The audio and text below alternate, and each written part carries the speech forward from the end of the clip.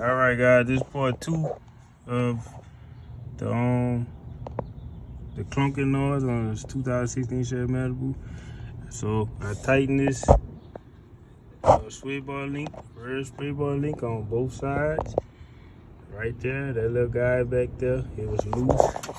This top part right here, the bolts was loose, so I tightened them up.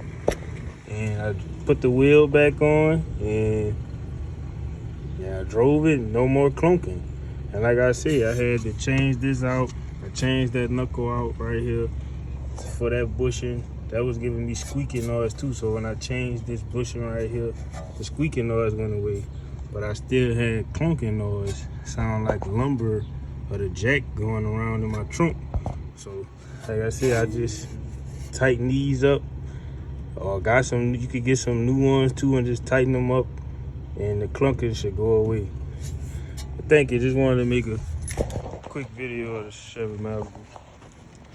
Thanks.